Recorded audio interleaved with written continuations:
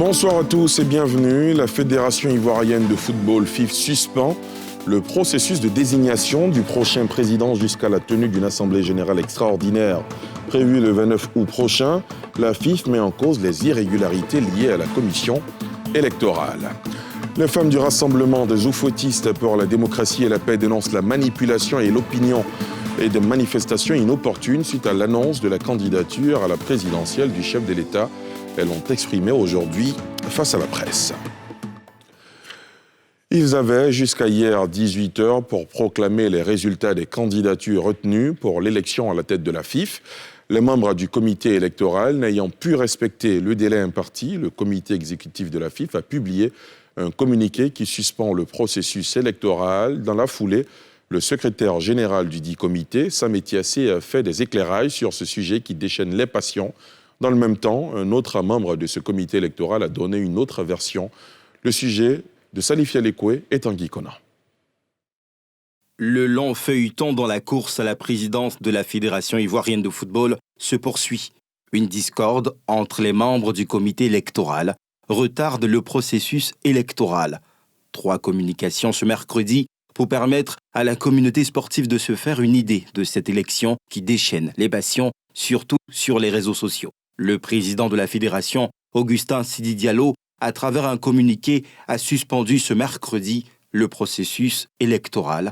Les raisons. Tous les membres actifs de la FIF ont noté l'effervescence entourant les dépôts de candidatures et ils attendaient les conclusions des travaux de la commission électorale quand, le lundi 10 août 2020, le directeur exécutif qui assure, en application des dispositions de l'article 5 du Code électoral de la FIF, les fonctions de secrétaire de la commission électorale, a produit un rapport circonstancié. Ces constats qui établissent la défaillance de la commission électorale ont conduit le comité d'urgence du comité exécutif de la FIF à arrêter les décisions suivantes. Suspension du processus électoral de la FIF en application des articles 48 et 100 des statuts de la FIF. Convocation d'une assemblée générale de la FIF en session extraordinaire en application de l'article 36 des statuts de la FIF pour examiner les dispositions à prendre pour la poursuite des opérations électorales. Organisation de l'Assemblée générale extraordinaire de la FIF le samedi 29 août 2020 à Abidjan. Le secrétaire général de la commission électorale de la FIF, Sam Tiassé, par ailleurs directeur exécutif de l'instance fédérale,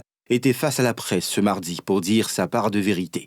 Selon le préfet, il n'est pas question pour lui de signer des documents qui violent les textes de la fédération. Le secrétaire général ne prend pas part au débat de la commission. Il constate et puis il regarde. Voici la décision de la commission électorale.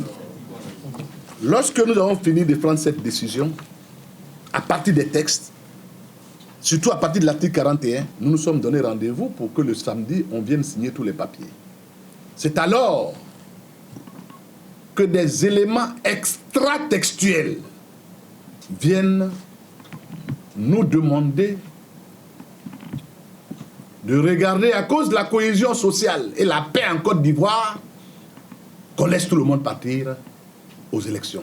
Comment voulez-vous qu'en tant que directeur exécutif de la FIF, je puisse violer de façon consciente les dispositions de nos statuts et du Code électoral? On ne peut pas mettre ça de côté. À son tour, Mamadou Soumaoro, le président de la conférence des présidents de fédérations sportives, au nom de l'ancien ministre des Sports René Dibi, président de la commission, souligne que le comité ne peut être dissous. Il n'y a pas eu de décision prise le jeudi. Nous avons rendu une décision. On demande seulement au frère Sam Tiassé de communiquer. Il communique aux candidats. Parmi eux, il y a un qui va aller au recours. Quand il va au recours, mais les gens peuvent valider notre décision. Et puis quand ce n'est pas bien, ils vont au TAS. Le processus continue jusqu'à ce que les élections soient terminées. La FIF reste en place pour liquider les affaires courantes. Mais la FIF ne prend plus de décision pour le faire. Donc pour nous enlever, il faut une assemblée. Quand il y a une assemblée, on va appeler tout le monde, c'est 81. Mais la Côte d'Ivoire saura que nous, on a fini notre travail. 4 candidatures ont été enregistrées pour l'élection du prochain locataire de la Maison de Verre. Il s'agit de l'actuel vice-président Sori Diabaté, de Idriss Diallo, un ancien vice-président de la FIF, l'ex-international et capitaine des éléphants de Côte d'Ivoire, Didier Drogba, et Paul Kofi Kwaku, responsable de centre de formation. À quand le dénouement? L'avenir nous situera. En politique, les femmes du Rassemblement des oufouettistes pour la démocratie et la paix dénoncent la manipulation de l'opinion et des manifestations inopportunes suite à l'annonce de la candidature à la présidentielle du chef de l'État. Elles l'ont exprimé aujourd'hui face à la presse. Thiemé Dandje, Eric Imo. Les femmes du RHDP, Rassemblement des oufouettistes pour la démocratie et la paix, s'inquiètent du péril qui guette la nation en lien avec des sorties d'acteurs politiques contre la candidature de son président Alassane Ouattara. Réunis dans leur QG de Cocody, rue Le Pic, Kandia Camara, Raymond Goudou, Liramata Bakayoko, Anou Leto et leurs sœurs oufouettistes crient leur colère. Dans une déclaration, leur porte-parole dit s'opposer au dilatoire et à la manipulation de l'opinion contre une candidature bien régulière. L'actualité de notre pays est dominée par des actes solitaires d'une minorité bruyante. Les femmes du RHDP voudraient rappeler à toute fin utile que le président du RHDP est bel et bien éligible au regard de la Constitution de la Côte d'Ivoire qui institue la Troisième République de notre pays. Il ne s'agit donc nullement d'un troisième mandat, mais bien du premier mandat de la Troisième République de Côte d'Ivoire. Les femmes oufouettistes sont formelles. Les manifestations, inopportunes pour elles, remettent en cause les importants acquis sur les fronts de la stabilité et du développement du pays, d'où leur appel à y mettre fin. Nous voulons dans notre pays une élection présidentielle apaisée, avec une culture dynamique et obstinée de la paix, si minutieusement construite par son Excellence M. Alassane Ouattara depuis 2011. Pour la poursuite de ce culte de la paix, nous, femmes du RHDP, que dis-je, femmes de Côte d'Ivoire, demandons au gouvernement d'interdire toutes les manifestations de rue afin d'éviter la violence et le désordre. Notons que lors d'un meeting le 26 juillet dernier, les femmes du RHDP avaient réclamé à corps et à cri la candidature du président du parti. Ragaillardi par la suite favorable à cette requête, elles promettent de ratisser large pour lui offrir la victoire le 31 octobre 2020. De leur côté, les partis et groupements politiques de l'opposition ivoirienne ont organisé une conférence de presse ce mercredi pour donner leur position sur les derniers développements de la situation sociopolitique du pays. Les leaders de l'opposition ont notamment demandé un audit international de la liste électorale à l'échéance des réclamations sur cette liste provisoire affichée par la CEI, un sujet de Salif Yalekwe. Les partis et groupements de l'opposition exigent la démission du président de la commission électorale indépendante, CEI, à moins de 3 mois des élections présidentielles en Côte d'Ivoire. L'annonce a été faite par professeur Daniel Akaïzi au cours d'une conférence de presse au siège du Parti démocratique de Côte d'Ivoire. Selon l'opposition ivoirienne, la liste électorale provisoire comporte de nombreuses irrégularités. Les partis et groupements politiques d'opposition, conscients de leurs responsabilités historiques et groupements sociaux de préserver la Côte d'Ivoire d'une autre crise liée aux élections, exigent 1. La démission sans délai du président de la commission électorale indépendante, CEI, en raison de son échec patent lors de l'opération de révision de la liste électorale 2020, comportant de nombreux cas de fraude, démontrant ainsi son incapacité à produire une liste électorale fiable, de nature à permettre des élections justes, transparentes et crédibles. L'audit international de la liste électorale issue de l'enrôlement de juin-juillet 2020. Par ailleurs, les membres de l'opposition ont regretté l'annonce du chef de l'État, Alassane Ouattara, de se présenter à la prochaine présidentielle d'octobre 2020. Pour elle, le chef de l'État n'a pas tenu sa parole. Dans la même journée, les femmes de l'opposition ont également donné de la voix sur la situation sociopolitique, emboîtant le pas aux leaders des plateformes de l'opposition. Et ces images qui nous viennent de Daoukro, à plus de 230 km d'Abidjan. Sur place, des affrontements ont opposé différents groupes de jeunes depuis la fin de matinée. Selon plusieurs témoins, la situation est vite devenue incontrôlable. Pourtant, l'atmosphère était à l'accalmie en début de matinée dans la capitale de Lifou. Après les renforts de l'armée arrivés hier dans la ville en provenance de Dimbokro, les magasins, boutiques, supermarchés et différents lieux fréquentés par les populations sont restés fermés ce matin. Les habitants de Daoukro, en majorité, sont restés terrés chez eux. Pour l'heure, aucune précision officielle sur les dégâts humains et matériels. 12 août 2019, 12 août 2020, déjà un an que Didier Arafat, le roi du coupé-décalé, est décédé des suites d'un accident de moto de plateau. En ce jour anniversaire commémorant son décès, ses fans se sont retrouvés sur le lieu du drame pour saluer la mémoire de l'artiste. Pierre Dipomelin, Arona Zeba.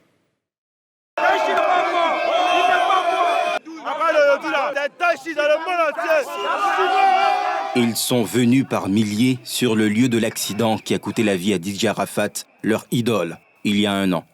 Fauché par la mort à l'âge de 33 ans, alors qu'il enfourchait une moto, une de ses passions. Ses fans, appelés aussi chinois, ont paradé à moto en sa mémoire, chanté en chœur ses tubes et scandé tous ses sobriquets, entre autres le Yorobo, le Thermistocle, Daishikan, Birusama, l'Influamento. Mais il est important pour nous aujourd'hui d'être présents ici, pour honorer la mémoire de l'homme que tout le monde a connu aujourd'hui, que les gens ont regretté d'avoir perdu, d'autres ont regretté d'avoir saboté. Et nous, on a décidé aujourd'hui de venir se recueillir là, nulle part ailleurs, c'est ainsi que ça se passe. Il y a des Chinois qui viennent aimer Arafat parce qu'ils aimaient les motos. Il y a d'autres qui viennent aimer Arafat parce qu'ils aiment boire. D'autres aiment Arafat parce qu'il fume la cigarette. D'autres aiment Arafat parce qu'il est hors la loi, on peut dire. Nous sommes les Chinois intellectuels. Voilà, nous l'aimons pour le parcours qu'il a fait. Du départ à aujourd'hui, quand tu t'assois, tu regardes bien, surtout que c'est quelqu'un qui a usé de beaucoup de prouesses pour arriver au résultat qu'il est aujourd'hui. Cette date fatidique, Ariel Chéné, son ex-arrangeur, Poulain et proche collaborateur, s'en rappelle. Il consacre cette journée à se ressasser les souvenirs vécus avec son mentor. À chaque fois que, personnellement, avec un exemple, je veux dire, chaque fois que je me lève le matin, je vais à mon studio, dès que je vois mon piano, je vois mes baffes, je l'ai en tête direct. C'est-à-dire que chaque jour, pour moi, chaque jour était un hommage. Le simple fait pour moi de me lever le matin et d'avoir les pieds sur terre après tout ce qui se passe, d'avoir les pieds sur terre pour pouvoir me rendre au studio, travailler, bosser, continuer pour la musique ivoirienne, pour moi, c'était un hommage. Et chaque jour, je me rappelais de lui. Donc, il faut dire qu'il a marqué vraiment son empreinte dans ma vie. Voilà. Les choses sont venues comme ça, mais on était vraiment parti pour régler certains différends. Il est parti vraiment dans des moments où j'étais vraiment pas bien. J'avais vraiment envie de pouvoir lui dire certaines choses, de pouvoir lui expliquer certains de mes exploits que j'avais pu faire avec la formation qu'il a pu me donner. Révélé au grand public par le titre Jonathan en 2004, où en Ange Didier, l'artiste aux 1000 sobriquets, a enchaîné les succès avec des singles, entre autres Je gagne tant, Pour les poteaux, Commandant Zabra. Il reste pour tous les coupés décaleurs, mais aussi pour la jeunesse un modèle de réussite. On en vient à cette donne encourageante dans la lutte contre le Covid-19. Le taux de guérison est en hausse constante depuis plusieurs semaines. De plus de 73% fin juillet, il est passé à plus de 77% à ce jour. Une performance que saluent les autorités sanitaires. Thiemé Dandje. La Côte d'Ivoire continue d'enregistrer de bons points dans sa riposte contre la maladie à coronavirus. De 73,26% en fin juillet, le taux de guérison est passé à 77,77%, soit un bond de plus de 4 points sur la période du 3 au 9 août 2020. Ces données ont été dévoilées lors du désormais hebdomadaire point de presse du gouvernement sur la crise sanitaire du nouveau coronavirus. Le taux de positivité dans la même période est en baisse. Il est situé entre 7,3% et 14,3%, avec une moyenne de 77 nouveaux cas positifs de Covid-19 enregistrés par jour. Le taux de personnes contaminées est également satisfaisant. Le taux de positivité dans la même période est en baisse. Il est situé entre 7,3% et 14,3%, avec une moyenne de 77 nouveaux cas positifs de Covid-19 enregistrés par jour. Il s'agit là, certes, de bons signaux dans le cadre de la lutte contre la Covid-19. Mais ces données montrent que le nouveau coronavirus continue, malgré tout, de circuler en Côte d'Ivoire, C'est pourquoi la vigilance doit rester de mise avec le suivi des mesures barrières. La crise du Covid-19 et son corollaire de couvre-feu et d'état d'urgence, il y a quelques mois, a contribué à baisser le taux des déclarations de naissance au cours de la 3e journée africaine de l'état civil célébrée dans la commune de Songon. L'ONECI, l'Office national de l'état civil de l'identification, met à contribution les agents de santé pour corriger le déficit. On retrouve Pierre Dipomela. Près de 30% des enfants de moins de 5 ans ne sont pas enregistrés à l'état civil en Côte d'Ivoire. La situation de crise sanitaire n'a pas amélioré les statistiques. Cette faiblesse des déclarations de naissance handicape les programmes de développement. Dans la commune de Songon, où la 3e journée africaine de l'état civil a eu lieu, Dr Touabi Laurent du ministère de la Santé explique les dispositions prises au niveau des centres de santé pour améliorer le taux de déclaration des naissances. C'est le certificat médical qui est rempli par la sage-femme ou le médecin. Quand la dame accouche, c'est en 3 volets. Donc le premier volet est donné directement aux parents. Le deuxième volet, celui-là, la mairie de Songon doit pouvoir récupérer. Il y a un bordereau récapitulatif qui prend 10 certificats de naissance. Donc, à chaque fois qu'il y a de l'accouchement, quand ça arrive 10, on transcrit dans le bordereau de transmission pour une traçabilité. Et ça reste à la mairie. Automatiquement, le même jour, la mairie doit pouvoir enregistrer cet enfant et générer en même temps le numéro date de naissance. La 3e journée africaine de l'état civil s'est déroulée autour du thème « Enregistrement des faits d'état civil et statistiques de l'état civil ». Un service essentiel pour surveiller et atténuer l'impact des situations d'urgence. Face aux défis majeurs que représente la question de l'immigration clandestine, la société civile et plusieurs partenaires engagés dans la lutte contre le fléau se sont réunis hier au siège de l'organisation. Fait marquant, des ex-migrants de retour au pays ont présenté leurs expériences, souvent dramatiques, afin d'aider au mieux à y apporter des solutions. Un sujet de Nadia Eja et Eric Imo. Siège de la Convention de la société civile à Angré. Ce matin, les défis liés à l'immigration clandestine sont au cœur des échanges. Si la question inquiète autant la société civile, c'est que la stratégie nationale contre l'immigration clandestine est peu probante. Il y a toujours des jeunes, des Ivoiriens qui meurent dans la Méditerranée.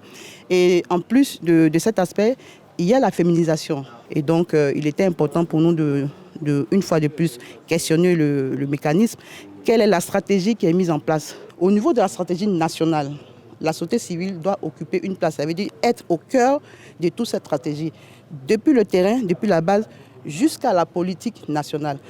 Pour cet ex-migrant, aujourd'hui à la tête d'une association contre l'immigration clandestine, les raisons qui incitent à tenter cette aventure périlleuse sont diverses. La première cause d'abord, c'est la cause économique. Et il y a une autre cause majeure qu'on ignore, mais qui est aussi très importante, c'est qu'il y a des pisteurs, il y a des passeurs aussi qui sensibilisent des gens comme ça pour leur dire de rentrer forcément dans tel pays, croyant qu'en arrivant là-bas, ils ont des travails pour eux, ils ont une possibilité pour qu'ils puissent s'en sortir. Vous voyez, ils leur donnent des garanties, alors pourtant, quand ils arrivent là-bas, ils trouvent une autre réalité qui n'a rien à voir avec ce qui a été dit dans les échanges. Justement, Mariam Bamba, ex-migrante, a été trompée par un passeur qui lui promettait l'Eldorado dans un pays asiatique. Une expérience amère dont elle garde un triste souvenir. Il m'a pris 700 000 francs CFA. Arrivé là-bas, je lui ai dit, mais c'est pas ce qu'on m'a dit. C'est quoi? Il dit non, c'est vente que tu as venu faire. Il dit c'est vente. Il dit oui. Je dis, mais le salaire ne change pas, c'est les 400 000 francs. Il dit oui. Et maintenant, il a pris mon passeport. On est parti, il a remis le passeport à l'arabe. Le premier mois, on m'a payé, c'était 4 billets. Il dit, ceux-là, les 4 billets, fait déjà 400 000 francs CFA. C'est qu'ils ont pas âgé ici. Hein. Donc j'ai dit, OK, je vais attendre 2 mois pour envoyer 400 000 fois 2, ça fait 800 000. Donc, forcément, ça peut faire la maison et puis l'école des enfants. Je m'en ai fait le transfert. Mais 250 000 francs CFA. Là, j'ai commencé 2 mois, j'ai commencé à tempêter. J'ai dit non, moi, c'est pas ce que je veux. Après 4 ans d'immigration clandestine, dont 8 mois en prison, Mariam est de retour au pays depuis 1 an. Heureuse de retrouver sa terre natale, elle déplore le manque d'opportunités d'emploi. Bon, moi j'étais là-bas. Là. J'ai croisé mes enfants, mais actuellement, je suis rentrée.